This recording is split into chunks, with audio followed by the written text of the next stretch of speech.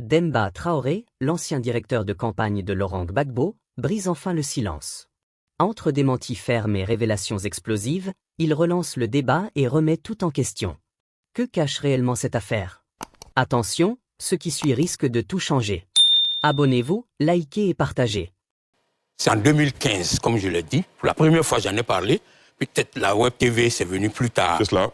Mais c'est la première fois, c'était en 2015, lors d'une réunion à présence africaine à Paris. La scène venait de se passer à la CPI. J'ai annoncé les couleurs. Donc les événements se sont produits en 2015. En 2015, le 23 décembre 2015. Et je vais vous décrire dans quel contexte c'est arrivé. Pour tous ceux qui ont rendu visite au président Laurent Gbagbo à la CPI ou à M. Charles Blé Goudé, il y a un dispositif qu'ils connaissent. Il y a un fauteuil, il y a un salon où, évidemment, même en prison par rapport à son titre d'ex-président, par rapport à son statut d'ex-président, c'est le président Laurent Gbagbo qui occupait ce salon, donc avec ses visiteurs.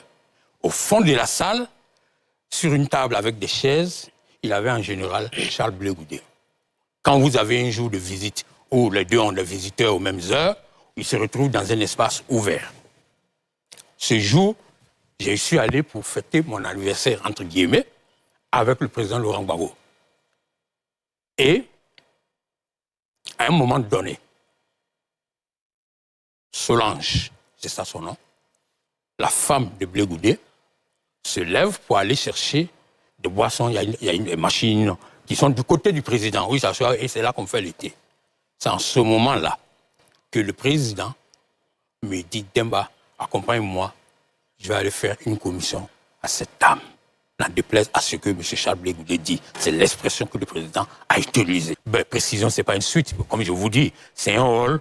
Vous avez le salon dans lequel le président, salon en termes de fauteuil, un peu, et puis de l'autre côté, dans le fond de la salle, Charles Blé Goudé, au milieu, en général, les gardes qui sont là, qui surveillent plus ou moins. Tout à fait. Donc, c'est ce jour-là que je l'ai accompagné parler à la femme de Charles Blé Goudé qui était venue à la machine de boisson. Et puis, Charles Blé Goudé, ayant vu le président s'adresser à son épouse, s'est approché de nous. Et il est arrivé juste dans le temps où le président demandait à sa femme, sachant, parce que ce n'est pas au hasard, il y a beaucoup de visiteurs qui viennent, on peut se dire, mais pourquoi c'est elle? Mais en réalité... C'est la question qu'on allait vous poser, mais voilà, bien de revenir là-dessus. J'anticipe. Bien sûr. Parce que elle est très proche de Angeline Kili, c'est connu, qui est l'épouse de Pascal Affi-N'Guessan. Et le message était destiné, donc, au Premier ministre Pascal Affi-N'Guessan. Est-ce que vous voyez? Et ce n'était pas non plus un fait de hasard, parce que j'étais très régulier à La Haye. Donc, j'ai plus ou moins assisté à pas mal de choses où, quelquefois, je me suis retrouvé dans certaines confidences. En fait, M. Charles Blé Goudé qui dit que sa femme ne fait pas de politique, et il avait d'ailleurs reconnu ce fait sur un autre plateau télé, et il a dit pourquoi c'est sa femme, mais il avait mis sa femme en mission justement pour faire une commission de Mme Kili à Mme Nadi Bamba. Voilà comment on dit, bon, avant même de faire ça, on va dire retour à l'envoyeur, on va lui dire d'aller donner une commission à Angeline Kili, Mme Angeline Kili, pour son épouse. Est-ce que vous comprenez pourquoi ça a été elle? Sinon, beaucoup de gens viennent là, et puis bon, voilà. Oui, parce que lui, il estime que sa femme n'est ni militante ni responsable du parti. Pourquoi c'est elle que le président Gbagbo envoie? Mais vous venez d'expliquer que c'est parce que lui aussi, selon vos dires, il avait envoyé sa femme vers l'épouse du président Gbagbo. L'épouse du président Gbagbo. Très bien. Donc ça, c'est un fait. C'est une sorte de parallélisme de forme que vous avez voulu appliquer. C'est pas moi. Oui, moi, bien sûr. Donc, quand je dis vous, je parlais du Voilà, Gbagbo. le président a appliqué ce parallélisme de forme parce qu'il savait, parce que en le disant à la femme de Blé Goudé, Solange, amie à Angeline Kili, la commission arriverait à bon port. Parce qu'entre-temps, il ne faut pas oublier que pas mal d'autres personnes avaient déjà fait la commission au président Affi. Il avait dit que non, que ce n'est pas vrai. Et vous allez comprendre pourquoi ce n'était pas vrai. Et pourquoi Charles Blé Goudé refuse que sa femme fasse cette commission. Parce qu'il n'avait pas intérêt à ce que cette commission soit faite. Pourquoi il n'avait pas intérêt? Mais je vous l'explique. Bien sûr, dites-nous. Charles Blé Goudé a été pris en flagrant délit de division du Front populaire ivoirien. Comment? Depuis sa cellule. Je suis là, je vous l'explique. Bien sûr. Voilà.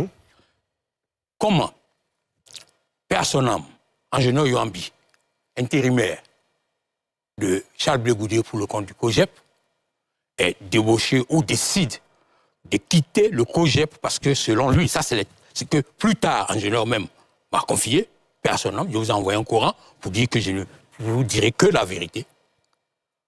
Angenor s'est retrouvé auprès de feu Abdourahmane Sangaré. C'est documenté, ça peut être prouvé.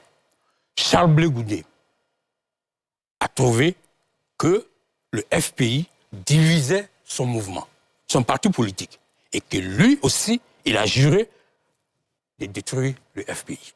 Mais comment le FPI divisait le COJEP? Mais je vous ai expliqué tout à l'heure qu'Angenor qui assurait l'intérim de Charles Blé Goudé en Côte d'Ivoire pour le mouvement COJEP, qui n'était pas encore un mouvement à l'époque, ok, se retrouve au FPI, tendance Abdourahmane Sangaré, comme on le disait à l'époque, parce qu'il dit qu'il n'avait jamais été question que le COJEP devienne un parti politique. Donc quand il décide... Donc Angenor aurait viré au FPI. Au FPI. Il est même décédé militant du FPI. Très bien. Et parce qu'ils estimaient qu'ils ont créé ce mouvement-là, c'était pour soutenir le FPI, mais pas pour être un parti concurrent. C'est une interprétation ou bien il vous l'a dit? C'est des faits. C'est ce que je vous dis. Je n'interprète pas, je parle de faits. C'est Angenor qui vous l'a confié. Il n'est pas de ce monde aujourd'hui, je n'ai aucune raison de venir. C'est lui qui me l'a dit quand moi je suis rentré plus tard en Côte d'Ivoire. Très bien. C'est sa version des faits. Très bien. Donc, quand M. Charles Blé Goudé se retrouvait à La Haye, en cellule avec le président Gbagbo, c'est lui qui informait le président Afi de tout ce qui se passe. Non seulement ce n'est pas la signature du président Gbagbo, mais qui n'est même pas intéressé par la présidence du FPI. Que les gens qui manigancent tout cela, c'est Mme Nadi Bamba, c'est Stéphane Kipré, c'est Demba Traoré, c'est Abdomba Eto'o. Abdomba Eto'o était le représentant du Fonds populaire ivoirien en Angleterre. Moi, j'étais à l'époque représentant du FPI aux États-Unis et on était très réguliers à La Haye. J'ai arrêté de compter mes visites au président Gbagbo en prison quand ça atteint 100 et je ne vivais pas en Europe. Et c'est documenté, c'est sur les réseaux fact-checking. Le président Afi, à l'époque, a fait des déclarations sur les réseaux sociaux pour citer les 4 personnes dont je viens de vous parler. Il nous a cités nommément. Et c'est voilà, pour dire que c'est nous. Et que lui aussi avait ses entrées à la CPI. Il a ajouté cela. Donc, vous comprenez que pourquoi M. Charles Blé Goudé avait des raisons objectives. Parce que lui qui est en train de dire au président, au Premier ministre Afi, que le président Gbagbo n'est pas intéressé par le poste de président du FPI, que ce n'est pas lui qui a signé les documents, ne peut pas trouver sa femme en train d'aller dire, ça ne l'arrangeait pas, d'aller dire... Alors, moi j'ai bien envie de vous poser une question. Quand vous dites Charles Blé Goudé qui donnait des informations à Pascal Affi-N'Guessan, est-ce qu'il y a des éléments qui fondent cet élément? C'est Pascal Affi-N'Guessan qui fait ce témoignage, qui dit que c'est Charles Blé Goudé qui lui donnait les informations. Il ne dit pas le nom. Il y a combien d'Ivoiriens? Il dit qu'il avait aussi ses entrées. Et vous déduisez que c'était Charles Blé Goudé. Bon, vous savez, hein, on le sait. Parce qu'aujourd'hui, beaucoup de gens étaient avec Charles Blé Goudé, ils ne sont plus avec lui. Est-ce que vous comprenez? Donc, il suffit d'explorer les réseaux, il y a beaucoup de témoignages sur cette question-là. Et en plus, qui avait intérêt à ce que le FPI reste divisé et s'émiette? Tous ceux qui pouvaient capitaliser sur ce brouhaha politique. Mais le COJEP de Blé Goudé était en bonne position pour cela. Regardez la sphère politique du moment. On parle de 2 tendances, FPI, Afi, Abdourahmane Sangaré, mais en réalité, il n'y avait pas de FPI Abdourahmane Sangaré. Il y avait ceux qui sont restés loyaux au président Gbagbo et ceux qui étaient restés avec le Premier ministre Afi. Et Blé Goudé voulait capitaliser sur cette division-là. D'accord. Alors, et si vous allez plus loin, si on veut aller plus loin, oui, ça fera partie des premiers points de discorde. Entre qui et qui? Entre Blé Goudé et le président. Parce que le président, évidemment, quand il a compris tout de suite que Blé, il était pour quelque chose. Merci d'être resté jusqu'à la fin. Donnez votre avis en commentaire. N'oubliez pas de vous abonner, de liker et d'activer la cloche de notification pour ne rien rater de nos prochaines vidéos.